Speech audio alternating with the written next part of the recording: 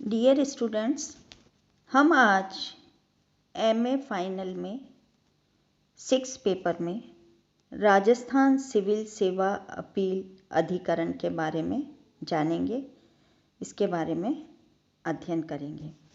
राज्य कर्मचारियों को उनकी सेवा से संबंधित कई शिकायतें समय समय पर रहती हैं, जिनका समाधान विधानानुसार और नियमानुसार होना आवश्यक होता है।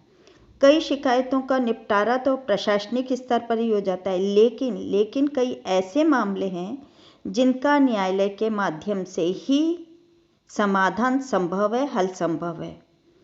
लेकिन यदि सभी प्रशासनिक मामले न्यायालय के समक्ष लाए जाते हैं तो न्यायालयों का कार्यभार अतिरिक्त रूप से बढ़ जाता है। अतः इस संबंध में एक विवेकपूर्ण उपाय यह है कि अधिकांश प्रशासनिक विवादों का निपटारा प्रशासनिक न्याय व्यवस्था के अंतर्गत किया जाए। लोक सेवा के सेवा संबंधी विवादों के निपटारे के लिए अधिकरण की स्थापना करने वाला राजस्थान राज्य भारत में प्रथम राज्य है। संविधान के 42वें संशोधन 1976 के माध्यम से अनुच्छेद 323 क में ये प्रावधान किया गया है कि संसद विधि द्वारा संघ या किसी राज्य या भारत राज्य के भीतर या भारत सरकार के नियंत्रण के अधीन किसी स्थानीय या अन्य प्राधिकारी के अथवा सरकार के स्वामित्व या नियंत्रण के अधीन किसी निगम के कार्यों से संबद्ध लोक सेवाओं और पदों के लिए तथा उनकी सेवा की शर्तों से संबंधित विवादों और परिवादों के न्याय निर्वचन या विचारण के लिए प्रशासनिक अधिकरणों की स्थापना का उपबंध करेगी। इस संवैधानिक उपबंध की अनुपालना में राजस्थान सरकार ने राजस्थान सिविल सेवा, जो कि सेवा मामलों के लिए अपील अधिकरण है, इस अधिनियम की 1976 के माध्यम से 1 जुलाई 1976 को राजस्थान सिविल सेवा अपील अधिकरण ट्रिब्यूनल कह सकते हैं जिसको की स्थापना की। यह अधिकरण राज्य सरकार के कर्मचारियों के सेवा संबंधी मामलों तथा उनके आनुषंगिक विवादों का निपटारा करता है। लेकिन राजस्थान न्यायिक सेवा, राजस्थान उच्च न्यायिक सेवा, राजस्थान उच्च न्यायालय आदि कार्यालयों के कार्मिक इसकी परिधि में नहीं रखे गए हैं। अधिकरण का मुख्यालय जो है जयपुर में तथा एकल पीठ जोधपुर में कार्य करती है। इसके अगर संगठन की बात करें तो राजस्थान सिविल सेवा अपील अधिकरण में एक अध्यक्ष, 2 सदस्य तथा एक रजिस्ट्रार कार्यरत होते हैं, जिनकी नियुक्ति जो है राज्य सरकार द्वारा की जाती है।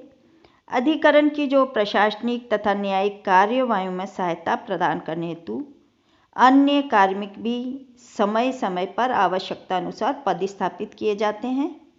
अध्यक्ष तथा सदस्यों की नियुक्ति जो है सामान्यतः 3 वर्ष के लिए की जाती है, किंतु राज्यपाल चाहे तो अध्यक्ष तथा सदस्यों की कालावधि समाप्त होने से पूर्व भी प्रत्यावर्तित कर सकते हैं। अध्यक्ष और जो सदस्यों का विवरण है वो इस प्रकार से है कि जो अध्यक्ष होता है वो भारतीय प्रशासनिक सेवा का सुपर टाइम वेतन श्रृंखला का अधिकारी होता है।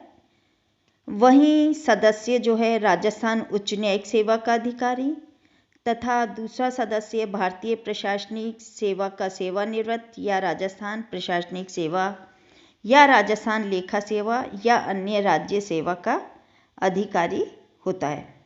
रजिस्ट्रार जो है वो राजस्थान प्रशासनिक सेवा का चयनित या सुपर टाइम वेतन श्रृंखला का अधिकारी होता है। अधिकरण की अधिकारिता कार्य क्षेत्र को देखें तो किसी राज्य अधिकारी अथवा सक्षम अधिकारी द्वारा किसी राज्य कर्मचारी की व्यक्तिगत हैसियत को प्रभावित करने वाले आदेश के विरुद्ध विभिन्न प्रकरणों में अधिकरण को अपील सुनने का अधिकार प्रदान किया गया है। वो इस प्रकार हैं: नंबर 1 वरिष्ठता के निर्धारण के क्रम में, नंबर 2 पदोन्नति के मामले में, नंबर 3 पुष्टिकरण के मामले, नेक्स्ट वेतन स्थिरीकरण विवाद और किसी सरकारी कर्मचारी के वेतन, भत्ते, पेंशन तथा अन्य शर्तों का उसके अहित में अस्वीकार अथवा परिवर्तन करने वाला कोई आदेश।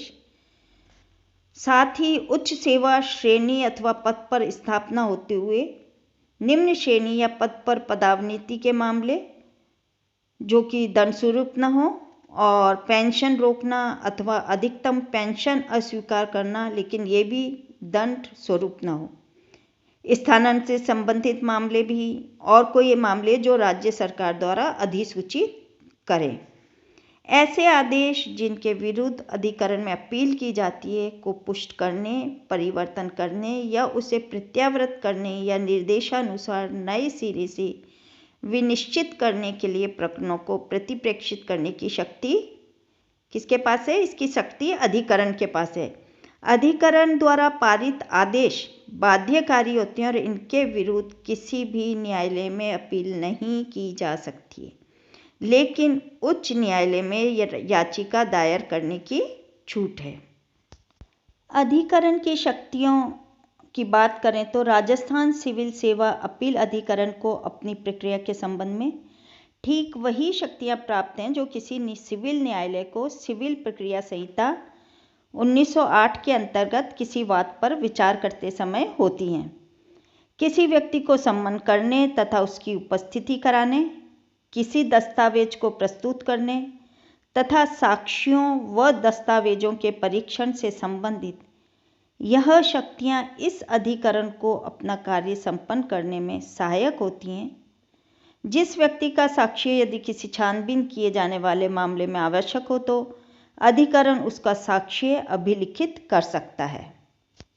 इस प्रकार से अधिकरण ने अपने कार्यों को नियमानुसार तथा दक्षतापूर्वक किया है। साथ ही अधिकरण की जो भूमिका रही है वह कुशलतापूर्वक और निष्पक्षतापूर्ण रही है। Thank you.